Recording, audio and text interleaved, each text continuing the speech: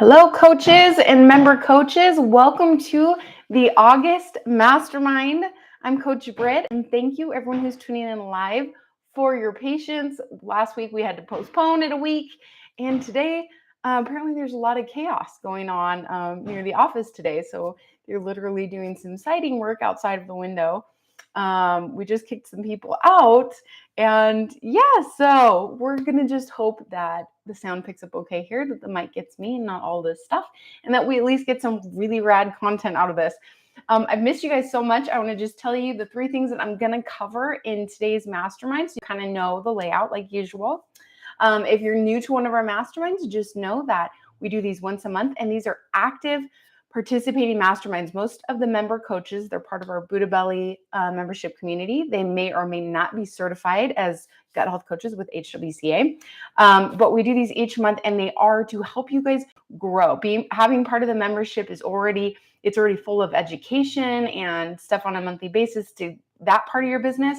But this is where we come to grow in all of the obstacles. Like, how do we pitch and catch and spitball ideas? How do we discuss and handle obstacles in our business, in our training, in our mindsets, in our coaching practice in general? How are we doing all that? Because those are the things that really make or break a coach. And sticking with it, it doesn't matter where you're starting. It doesn't matter how naive maybe your experience is or fresh. It doesn't matter how much you've struggled with your business or how great you've done and how successful you already are. Commitment to growth is showing up. This is to practice the process of showing up. While I was on sabbatical, I read a really great book called Atomic Habits for anyone who hasn't read that yet. And it was really great at really simplifying the process of just the habits that we put in place in our life in order to achieve our long-term goals. To shift a bit, my apologies. So I do have a little bit of a thing that was lingering from the thing that caused us to reschedule last week, but it's not too bad. So hopefully my cough isn't too bad. But anyway, so I read the Atomic Habits book, and it was a great book to read on this time frame, because often we get into this mode where we go big or go home. And we also have really big expectations, or else we perceive failure and we get really frustrated and we want to quit and fall out, right? And that's kind of human nature now. And in this fast-paced society where social media and everything is just, it exploits our stimulation senses. We expect quick fixes. We have short attention spans. We are busy. We're overwhelmed, overworked, overstimulated. That's really unhealthy, because the best achievements and work are done in the long game, not the short game, not the kill it today and see an instant impact in a short duration of time stuff. And I know that we all like to do that at times, some of us more than others, but it really talked more about the long game, the incremental shifts that we make and commit to consistency, and how that is the stuff that really has gotten all the great successful people to their destination point. And so I'm going to kind of cover that a little bit today. So today we're going to cover the 3 main topics today. And you know me, I'll elaborate within all that. And this is a combination of some stuff that we've had come in from the coaches and just stuff that I've wanted to add over time, and just via obstacles that we've seen in the coaches, or things that are shared or asked, or questions, and etc. We're going to talk about discipline, organization, and business. We're going to get into that a little bit. We're going to talk about next level coaching, something that we really want to do. Like I said, I am after this sabbatical. And then thirdly, I'm going to talk about my sabbatical experience a little bit and give you guys some tidbits on that. I'll go into more detail on that probably in a private YouTube video, and I'll put that on the site. And anyone who wants to know a bit about what that entailed can do that. But those are the 3 points I'm going to cover. Next level coaching strategy, and then I'll finish up with some of that sabbatical stuff. But we're going to start with the discipline and organization of business. So like I said, back to this book, right? So through my sabbatical, I did multiple growth things, as well as some rest and relaxation, to the extent that I can when I have 6 kids on summer vacation completely in our house. So, but it was really great, and it was really insightful. And one of that, though, was I read the book Atomic Habits. That was one of my personal development books, like not my healing stuff, not my health and wellness per se, but more of like my business mindset, personal development, education. And that was the best book to read during that. I didn't realize that I hadn't read it, and my husband had bought it back in 2020. and he's never read it. He likes to buy a lot of books, and he doesn't get around to reading as many as me. He listens to a lot on tape, but he hasn't read it either. So he's now just starting because of how much I raved about it. So I'm trying to even out my light here a little bit. And so anyways, so to sum up some of this book, and if you guys would like to read it, I mean, I really do recommend it, especially if you're like me and maybe you're an overthinker, overdoer, overextender. But I think it's even applicable to people who are more sluggish and timid and maybe procrastinate starting some of the things in their business. Because what it comes down to is how we organize the systems and the habits of our business are what make or break the success of our business and how it runs. Okay. And why this is so crucial, you guys, is because it really helps simplify it. It really shows that, like I said before, like the long game versus the short game. We got to get it out of your head that if you kill it and do all this stuff right now, that we get really stuck. When we do that, we get really stuck on our expectation of result, right? So I'm so guilty of doing this, guys. I'm a kill it kind of person. And I will bust my butt, overextend myself, just run hard, believing that it's a short-term marathon, kind of like a sprint, more or less, I guess. Less of a marathon, more of a very fast sprint, very intense sprint. And then if I sprint really extra super hard during this duration of time, then I'll get the break here and the result. And then I'll take a break. I'll get this result and then I'll take a break. And what happens when we do that is we kill ourselves in the process. We can really overwork our brain. We can burn out our creative process. We can burn ourselves out emotionally and mentally. I mean, just all kinds of things. And then what happens to people is that as they're going through this process, if they think they're not seeing the results that they are deeming they need to see by doing this, that they're going to get, right? This expectation of result. If they look at what's going on and they don't feel that that's happening, then that's where they quit, right? And they quit. And we talked about this a lot, the concept of really starting to fall in love with the process. And remember, guys, I will repeat this over and over and over and over. The stuff that's applicable to our business is applicable in our lives and is applicable as coaches for our clients. When you're walking them through a process of transformation, through a growth journey. Your business is a process of transformation. It is a growth journey. Your life, your relationships are a process of transformation. It is a growth journey. So it is all the same. So how miserable are we to keep killing it and hating the process or overextending ourselves in the process and then fixating on the result, right? It makes the whole thing just really suck. And that's no way to live. That's no way to do business. And frankly, just rationally and efficacy wise, it's not a way to succeed at the things we want to do. So, putting the right points and habits in place sets you on a trajectory for a destination. And like he talked about, I mean, in the book, he references something about, I think it's like the planes stuff, right? I'm such a, you guys got to understand, if you don't know this about me now, I take in a lot of information and I have the type of mindset understanding that where I retain a lot of conceptual information. So when I'm teaching classes on specific scientific verbiage and things like that, I really have to take my notes, go back through, re-review, and make sure that I can articulate specificity, right? So when I'm just referencing a book like this, I'm going to go like this gadget thing, blah, blah, blah, blah. So I'm just going to reference it really simply because I'm giving you the picture, because that is, I retain a lot of the concept, right? So the concept is, he compares it to flying a plane. And when a plane is setting its, it sets its thingy, right? Whatever the directional equipment that is set, if it's off, if it is, and off of its calibration by even a fraction, even a little fraction, that is the difference between the plane ending up here or on the other side of the country. And why that's pertinent to what we're talking about here is because it's not a huge turn. It's not a lot of work in the beginning. It's a minor shift in a set direction, and consistency in that direction can take you into polar opposite places. So the same thing goes for your businesses and for your life and everything too. The same thing goes for your clients as you're walking them through their health journey and things like that. Say, we've got to figure out how you can love this process.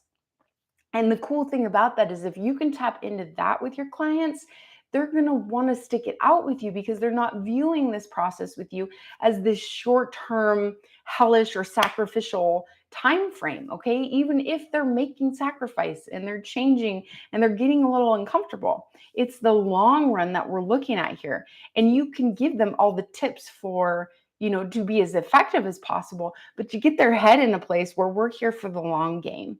Okay, even if you see great results in 2 months, we're still in it for the long game. So how can we set you up to be successful and figure out how your brain works and your little quirks and idiosyncrasies and set it up so that you can want to keep coming back here. So this is the same with your business, you guys. So the organization of your systems, having your systems in place, and then how you execute them is imperative. And if you have taken the Holistic Gut Practitioner certification, you have the Vision Business Design full training in your certification program. Now, if for some of you that may have already graduated, you may be past that and you may kind of be like, maybe when you got to that part, you were in a place where you're more focused on the certification. So you kind of ran through some of the business stuff. But now you guys should all still have access to that. Now is a great time to revisit that business piece. Like now that you've got the certification out of the way, probably some of your branding for those of you who are at that place, or those of you who are going to be entering that place. Okay, now is a good time when you're out of that space to maybe revisit that information and really put that effort now into your business systems. And that vision course in there has so much. I've used that with people in all different industries, you guys, outside of coaching also. And so what I want you to think about is some of your systems and then your organization of them, and then your discipline is consistency, right?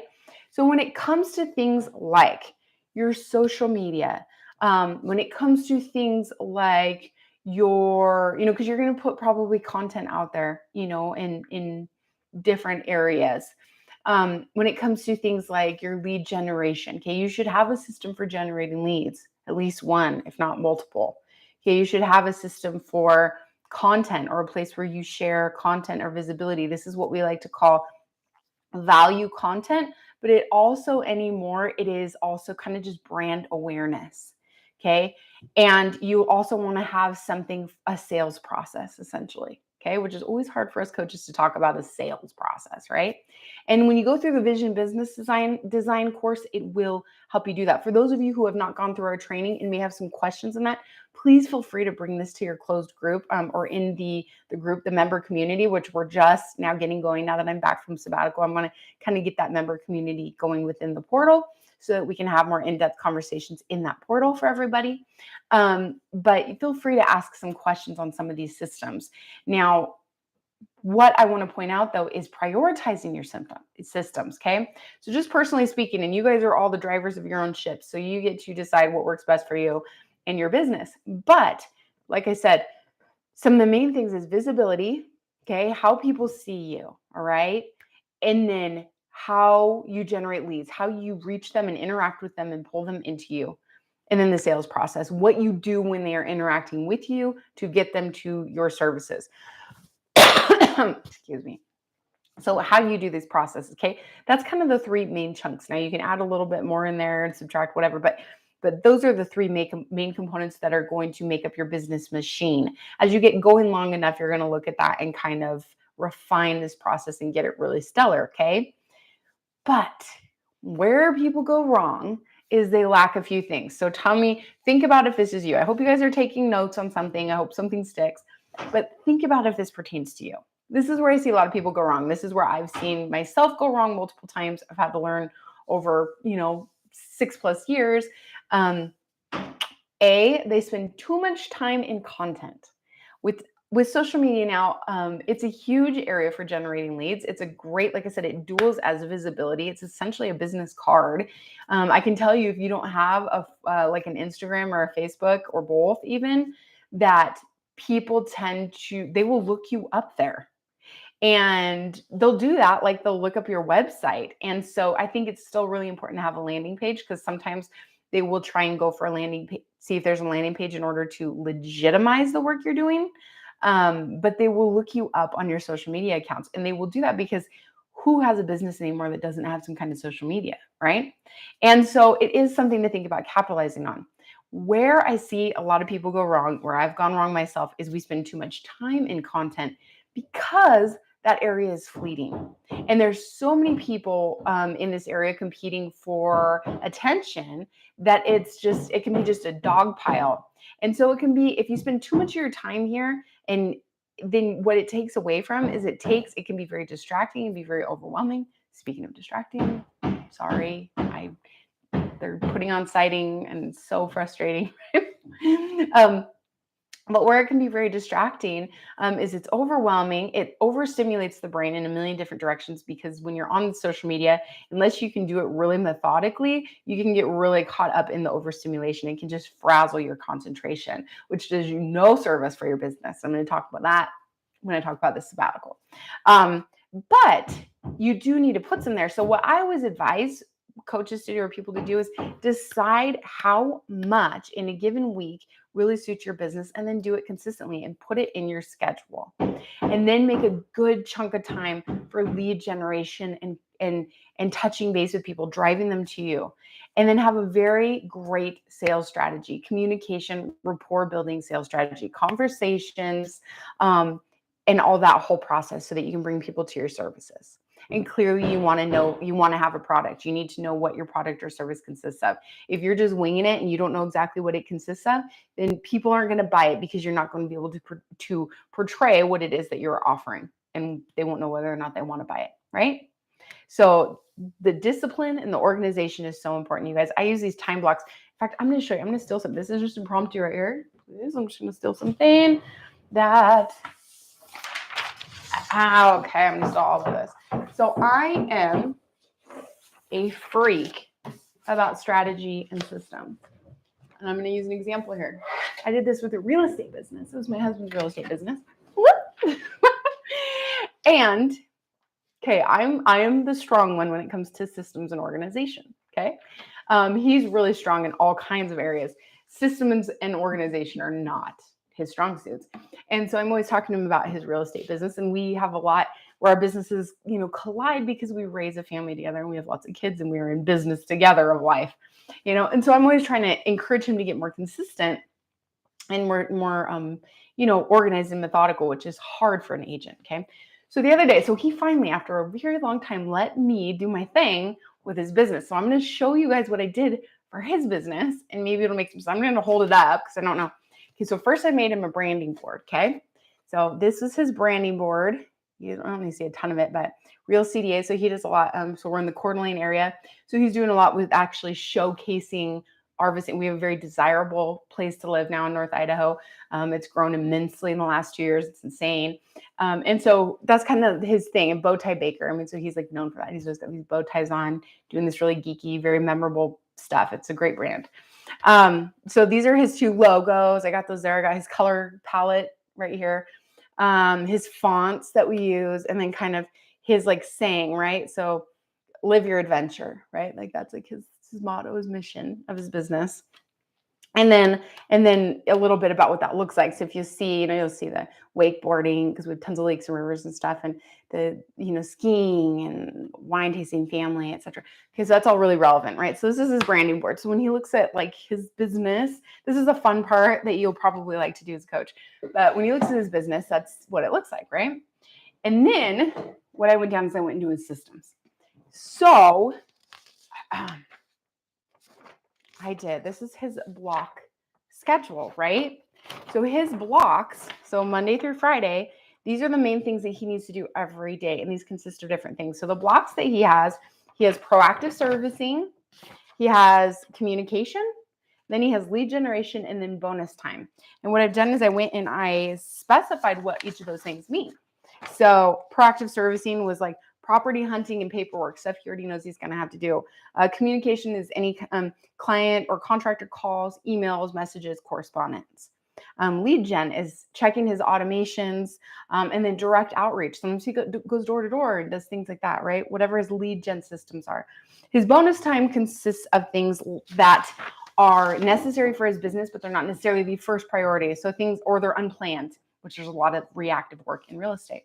So that's things like networking, when he goes and grabs coffee with someone, or what he calls work golf, right? If he just prioritizes work golf, all the time, then his business won't be as successful. He'll still have connections and deals that come about from that, but time, dollar for time, it doesn't add up for that to be his first priority for lead generation. Not at this point in his business. He has the active part first, and then that's the additional, right? It's any form of networking. We do it too as coaches. So networking, media content goes in here. Scheduled meetings, reactive work, and system evaluations, where he's looking over the whole thing once a month and going, how's this working out for me? Where do I need to make tweaks? Which is something that you guys can do here. You can do that. You can look that over, and then you bring those concerns to the mastermind, right? And like they say in the book, Atomic Habits, a big part of that of doing that is the biggest part is showing up, teaching yourself to show up consistently. It's not everything that necessarily comes after that. It's teaching yourself to show up consistently. That's where we got to practice. Just show up to the masterminds consistently. And you just wait and see what happens because you came here. Okay. And then lastly, what I did is I made him a client roadmap. So this is essentially his sales process. And this is the same, this is pretty similar for our business. This is similar for your guys' business. And his client roadmap, it's a journey map, right? And it's all the steps that they're going to go through on their journey. So, attention, that's coming from his media, from his direct contact, and from his automations. So that is how he's speaking to people in the first place, right? Next is his personal communication. So then they get him to the point of, attention and then interest. So if they're kind of interested, this is where he's personal communication with them, direct outreach, or action on his website. Okay, they've come to him for something. So that's an interest, like they're interested. The next is a meeting. Okay, you're interested. You've kind of seen what we do. Let's talk. This is an online webinar. This is an in-person presentation. Maybe it's a group class or potential, or maybe it's a phone call or some Zoom or something like that, right? So this is the in-person stuff. Then they go to the nurture process, and this is where either they are, this is where they go into, he sets them up on his website automation so that they can look at properties and they can, get serious there. And then communication and check-ins. So they'll go into the nurture phase in this way if they are not quite ready to buy or sell, right? They're not quite ready to hire you as a coach, but you need to nurture them, right? And then service and close. Maybe they go directly to service and close. Maybe they're saying, hey, we're hot right now. We're interested in your services. We're interested in buying a house, whatever it is.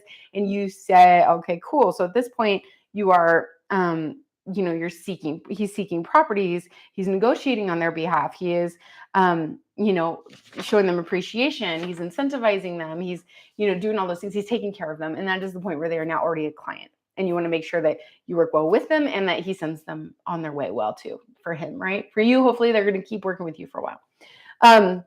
So that's just what's crazy, you guys, is this process. Like I said, I've done this stuff with people in all different avenues of business, different businesses. And it's the same similar system for a business. So the point is, and now this is where he's practicing, is executing this stuff consistently. So he pulls a schedule out now Monday through Friday and says, okay, where do I put my blocks? And I can start with the first thing that I can do as early as possible. And that's usually like his proactive tasks, his proactive services. The next thing, most important thing, is any kind of communication. People are waiting on calls, those emails, checking the messages and stuff. And then it's his lead gen. Okay, so at that point, he's playing into his lead gen systems and stuff. And then when all of those basic business systems are done, that's a great time to make some content and decide when to share it, right? Because you can share it at times that are more popular than others. But a lot of the times people work backwards. We throw all this content out there. We get sucked into social media. We get sucked into competing with other people for visibility here. And we're fighting in this thing without really creating a business system and working a business system consistently. And it may feel like a quicker fix of success, more, but it's not necessarily. It's short term and it's short lived that way. And I'm not saying if you don't have a huge following that doesn't pay off greatly, but what I'm saying is developing that business system and working that first is essential. And maybe for you, your business system is very simple and you kick it out really quick on your days that are allotted for that. And then you can spend time, working on your visibility, working on your value content, and your nurturing an audience on whatever platform that you're using or things like that. So that's where I see a lot of people go wrong, is just in where they're putting their focus. They'll completely neglect certain areas of business and then over focus and get really distracted easy in certain areas. So that is one common thing, you guys. So just take some of that food for thought. You're, like I said, you're the driver of your own bus here. But that's some of the stuff that you can do to really set your systems up, is figure out what works best for your business and execute it consistently. And don't overwhelm it. Like, let me tell you, simplification. Oh, they just moved right by the window. I'm so sorry. Never fails. Like, this has been my day today. Like, it's just one of those days where you're like, okay, it's just going to be a really tough day. I'm sorry. Anyways, so what you want to think about though is the long game. So don't be so quick to get so discouraged or frustrated or so rushed that you're not investing well in the consistency of your business. I'd rather you guys start with a lot less time each day or less days in a week, but do it consistently. The person who does that is going to supersede the person who punches the gas pedal and full throttle all the time, because that person will burn out. They'll either flop the balance of their life, they'll burn themselves out, or they'll get in this place where they're just so stuck they can't keep going, or they're just completely quit because they're burnt out and they haven't seen the results for the amount of excessive effort that they put forth. Okay, so you don't want to be that. We all want to figure out how to get to that place where we develop something really solid and we stick with it. And guess what? We're here with each other, and we show up here once a month and we talk about this thing, and we're still doing it, and we'll be doing it again next month. And when I see you guys again next month, I want a lot of you to say, hey, I put a system into place in a way that was really doable for me, and I have kept it up for the last month. And I gave myself 2 days a week maybe that I worked on my business, and I had a plan and a schedule, kind of a strategy for that work. But I pulled off the strategy those 2 days each week for the entire month. And that's consistency. And now you're going to start getting data. And now you'll understand how you have a real business machine and you can figure out how to tweak it. So that's the discipline and the organization, you guys, of business. If you have more questions on this, please feel free to ask. I'll open up in a minute for any impromptu questions. The next thing I'm going to talk about, that we're going to talk about right now, is next level coaching.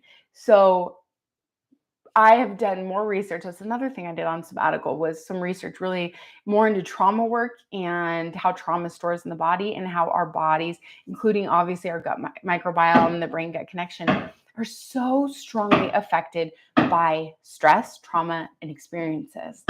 And it was fascinating to me, you guys, because we cannot undervalue this piece of health.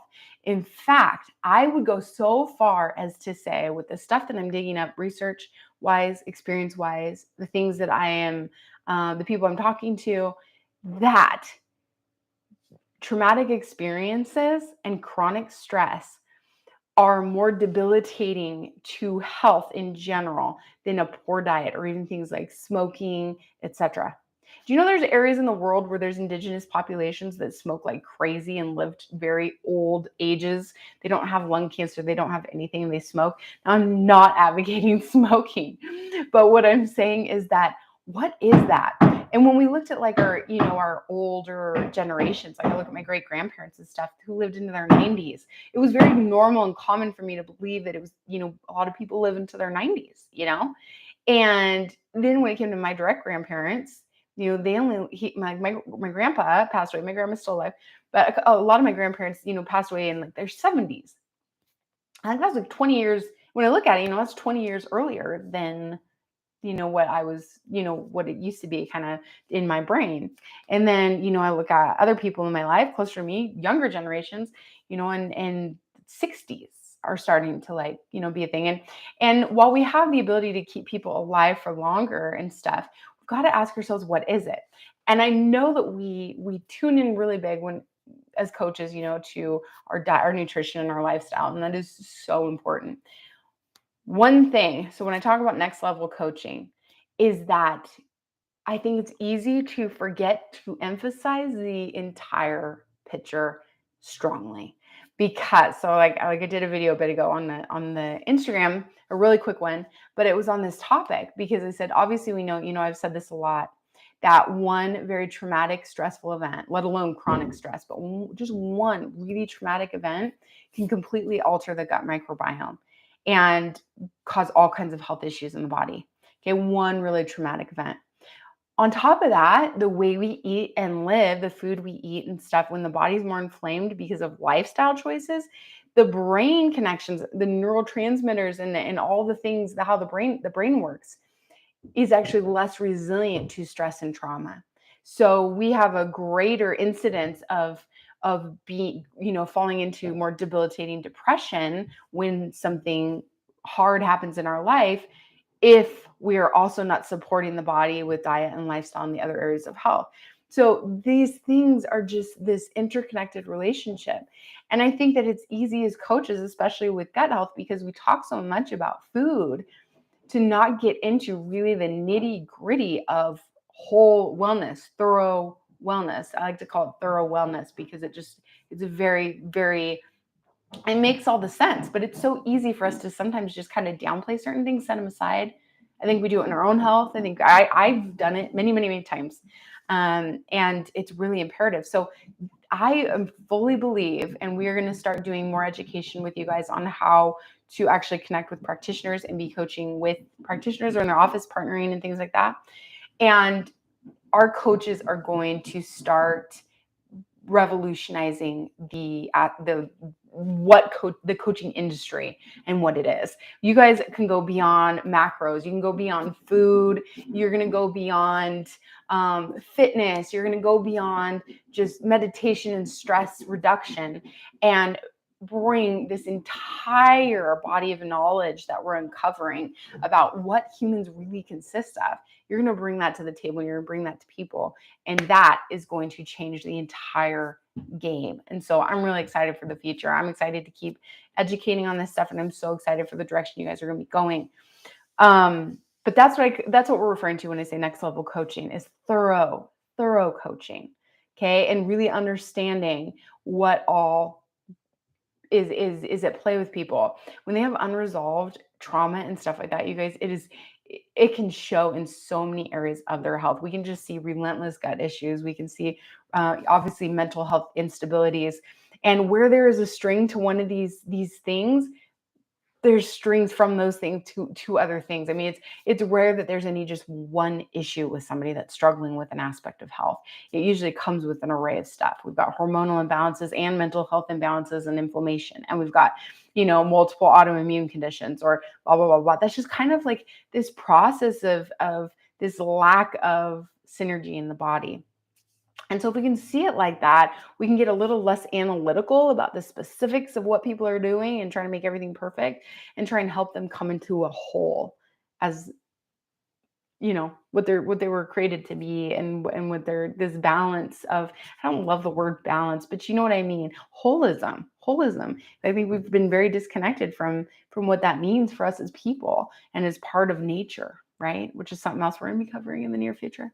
But I've really had a lot with that. So some sabbatical tidbits, you guys. So when I started my sabbatical, so first of all, about the first 2 weeks, I think I was gone about 5 weeks. If you add it up, it was a month, but it was almost 5 weeks when all is said and done.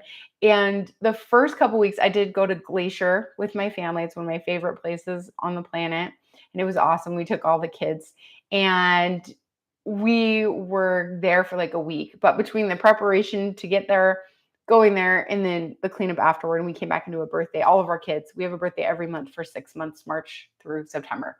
And so we came back, and it was the July birthday. And so with all that, about 2 weeks of that sabbatical was just to my kids and my family. So, and I knew it was going to go like that. So I put it on the starting end because I wasn't going to put that on the end, right? I thought, like, let's just do that.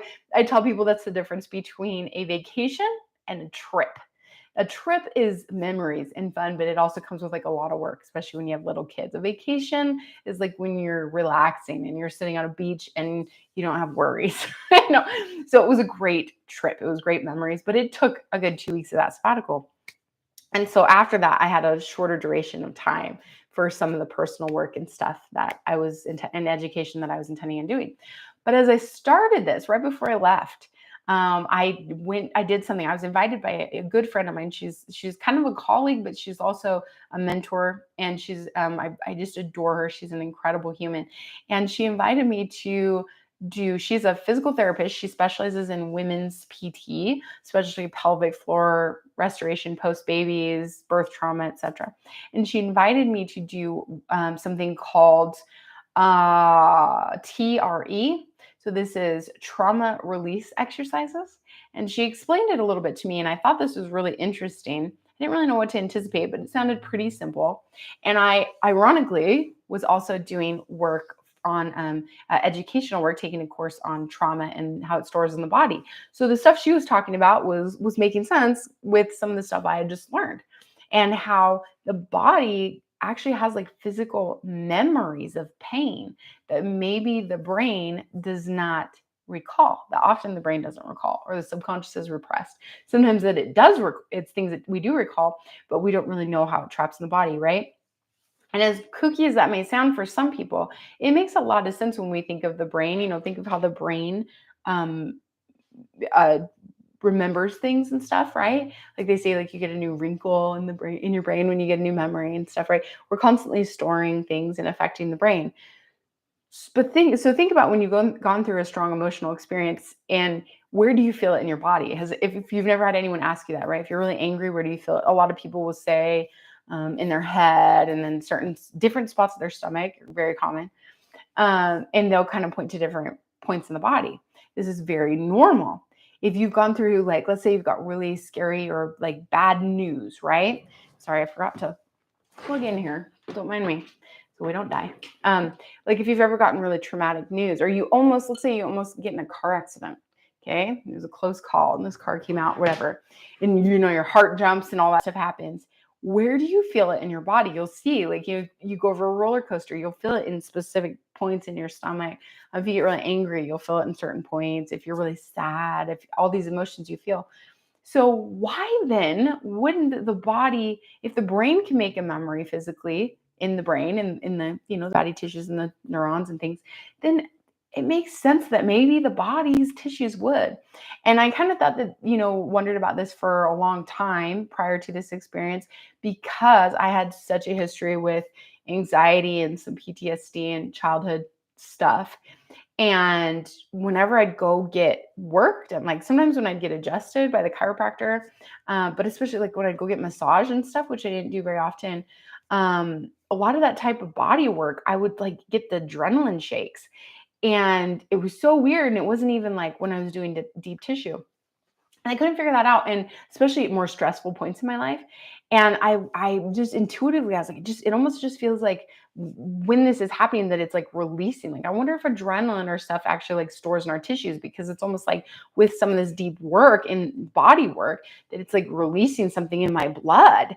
And when this happens, and I said that it's been 10 years that I've, questioned some of this. So through research and stuff, been researching it. And, so anyways, back to Sherry. So she invites me to do this, and she explains to me, she's like, I know it sounds weird. She's like, but I just did a big training. I've done multiple trainings on it. And she said they've actually done studies with kids. There was kids that they did, or community that they did studies on in Africa. So they always do the studies in Africa because this area of Africa has so much war and, trauma and just catastrophic situations. So when they want to study trauma, this is where they're going, right? Super sad. And so they studied, and the community, this village, had some kind of major catastrophic event happen.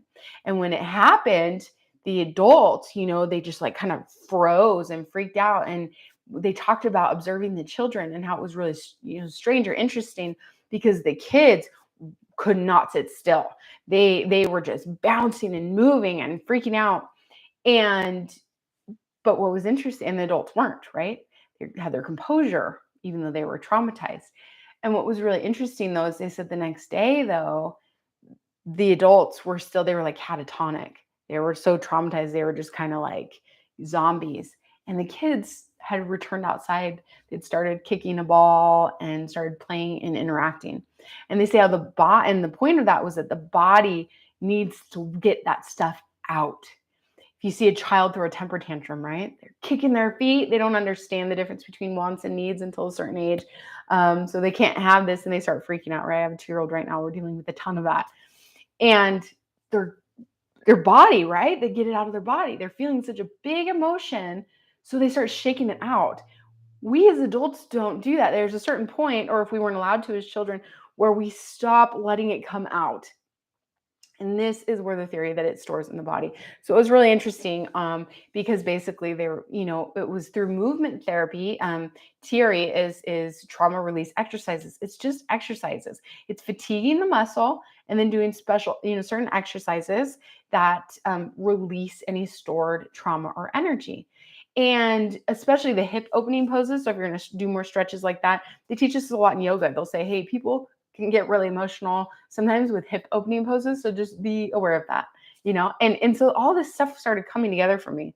So I go there with her very low expectations, you guys, and my experience was insane. It was very simple. It took a lot to fatigue my muscles because I lift and I work out.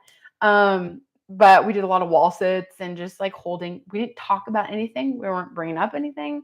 I am not somebody who's comfortable being, crying in front of people or being emotional. So I did not anticipate anything like that. I do not care for that. I actually dread that. Something I'm still working through on my own, right? And so I did this, and then she, as soon as you fatigue the muscle, then you lay on the mat and you do these like exercises and some kind of Pilates poses and things like that, whatnot. Anyway, so after we got my muscles fatigued, I went to move to the mat and I could feel this huge panic attack coming on. And as this panic attack is coming on, I'm like, oh my gosh. Like, so in my head, I'm going like, how am I going to get out of here? Like, I could just feel it rise. After that point, all of a sudden, but I continue, right? And I just don't tell her and I didn't say anything. After the point where that started subsiding, as soon as it subsided, it didn't subside. Like it moved up into my throat. And I was like going to cry. And I was like, what is going on right now? That is not what I do. I hate that. I resist that. I have no understanding of why this is happening, right? No logical understanding, right? Anyways, I won't get into the whole thing now. We're going to cover trauma in a later one of our coaches feature, and I'm going to talk more about that. But that's how I started the sabbatical, was that incredible experience. And I sat with that for a while, and I went to Glacier with my kids and my family. It was great. Came back, did some more education, tried to do a little more R&R, got back into yoga a little bit. I had a dream I was supposed to, so I did, and it was good for me. And then really explored some of these things. And then I took a little trip by myself to Seattle to see my sister for 2 days. And just some of the great insight that I got, you guys, was what I did is I completely shut off social media for that month. I pulled out, those of you who know, I took the apps off my phone. I had my assistant handle emails. I mean, thank you for everybody who was patient with that. I'm going to do it once a year. And I advise you guys to think about some of this too, because it was just so awesome. What it allowed me to do is it allowed me to step back from the chaos. We get there little by little. Like I said, that like we're talking about with the habits, that point of trajectory, right? It just takes a little. Like we just get to where like, oh, we add a new app on our phone and we just check it here, and we just check it here, and maybe we just turn it a little bit, right? But all of a sudden we're headed in a completely different direction than where we intended to be. All of a sudden we find ourselves at a place where we are ruled by this device in our hand, where we are agitated, where we're overstimulated, where we're depressed if we don't have stimulation or something to grab us, if we don't have something to do, where we're constantly looking for our emails, et cetera, right? Whatever it is. And to pull back from all that and just cold turkey, completely pull back from all these things, from business stuff, from electronics stuff, technology, stimulation, social media, other people, all the stuff that comes with that, comparison, competition, stress, angst, feeling the FOMO, like you should be doing more because then this and all that. To pull back from all that for a minute, to give yourself permission, knowing it's short term, pull back. It allowed me to reassess, honestly, what I wanted to look like going back into it. And what's crazy is I was like, a lot of this stuff, you guys, actually, it actually made my efficacy worse. I think I was less effective in my business. I was being less effective as a coach. You get overwhelmed, you get overstimulated. There's too much going on. And so I knew walking back into this that I had to be methodical. And this was some of my tidbits. So when it comes to social media, so what you'll see is I know when I contribute content on what days, okay? And I do, and I make it there. I check our groups, our emails, all the social media avenues and everything 2 times a day. For me, it's about 9 and about 2-ish, right? Um, and I'm able to touch base with everybody. I'm able to get back, and correspond with my coaches, with our inquiries, with my assistant, I'm able to give value content, I'm able to network and meet people, but then I leave it in that spot so that it doesn't become a fidget, it doesn't become something that fills time, because that actually hurt when we do that in between the times that we intend to with intention. Then it kind of actually hurts our ability to do it well when we get on to do it well, because we end up just kind of half-assing it all the time, if that makes sense. We get easily distracted every time. We stop seeing it as a business networking opportunity and avenue, and we start seeing it as a drug, something that feeds something that we have, right? And this isn't just about social media. This was about a few different things, but simplifying. I also have the issue of, and this is where I loved the Atomic Habits book and the insight that it gave me. It's going to give different insight to different people depending on what you struggle with. But the insight that it gave me, because I'm the kind of person who runs a marathon all the time or a sprint, and if I'm not bleeding and barely hobbling through the finish line, then I feel like I didn't put enough on my plate. I didn't work hard enough. I could have done more. I missed the opportunity, right? And if you step back and really look at that psychoanalyzation, right, that is so unhealthy. So what does that do to me? What would that do to me, right? It makes the process, no wonder this is what she said in the TRE thing when we did the physical therapy part. She's like, your whole body is tense. She said the skin on my chest didn't move right. I didn't know that was a thing, but apparently it is. And she's like, you're tense. My jaw is always tense and all this stuff. I'm like, I eat healthy, I work out, I do all these things. But that was my problem. I was running what was falling apart with my body. It felt off. I was like, it must be my thyroid. It must be this. Before I did this, you guys, right before I went on sabbatical, I did a full thyroid and hormone panel and got the results back. And I looked at them, and it was a full panel, right? I went to a functional medicine practitioner. I know it's really hard for them to see stuff a lot of the time, yada, yada. But there wasn't anything to be seen on this. And I was like, there's no way, because this and this and this. And it turns out when I was on sabbatical, I wasn't experiencing a lot of these things. And what I realized is that a lot of this was attributed to this this strong expectation and killing it too much, right? I was so tense. I made myself so tense because I was running to the finish line. Do you know what my body literally felt like? Sorry. Have you ever watched a scary movie and it's like, it's getting intense, like someone's gonna get them, or like there's an animal chasing them, or a shark or something, and you're like, oh my gosh, get away, get away, get away, and your body tenses up and you're like totally in it, like you're like, oh, just go, oh, and then you release, like they got away. I do that when I'm working on projects. I do that with my goals. I do that when I sit in my workday. I maximize every single ounce of what I have. That's the mom life part of me. I learned to build in small windows. So I maximized it very much. So now I'm at a place where I'm like, okay, this is detrimental to my health. I have to redo this. So there was a few things that I took from that. One, simplification. Simplify what you have to do. Don't make extra chatter. Use my social media, check my emails, do my correspondence, but do it with intention. Do it in an area that I control when I choose to, and then put it away, just like I put it away for 5 weeks, because that's going to free up my mind. It's not going to overwhelm my brain. It's not going to get it all, discombobulated. And then secondly was like, allow myself to to be in the long game. Stop trying to stumble and bleed through the finish line. Instead, make sure you start. And for those of you who have the opposite issue, where procrastination is an issue, maybe perfectionism, apprehension getting going, remember, just start simply. Start with something little, just do it consistently. The win is in the process of consistency. So getting into that space where we do something and we keep doing it and we refine it, and maybe we add something when it's appropriate, right? We don't feel like we got to add 10 things and do 20 different things and do all this. I mean, some of us can get like that so much, and those two tweaks right there were everything to me. And then obviously self-care. And the thing is, everybody was saying self-care the whole time. But the thing was for me, you guys, is I couldn't do proper self-care until I handled those components of my life differently. Because I was like, okay, so let's just go get a massage. Okay, let's take a break from work. Let's do yoga or something. That just felt like another chore. That became another check on my list of this stuff that I have to complete all the time in order to accomplish. And I got all tense about it, right? Instead of being able to enjoy it, instead of having moments in my workday that I've easily done my work, where I get to the finish line and it wasn't that hard to run the sprint because I've been well trained for it, because it's a doable sprint. And I want to keep doing it. I want to keep running. Sorry, goodness sakes. Where I want to keep running because it's enjoyable. I could run forever like this. You can do your business forever like this. You can get healthy forever like this. You can keep on your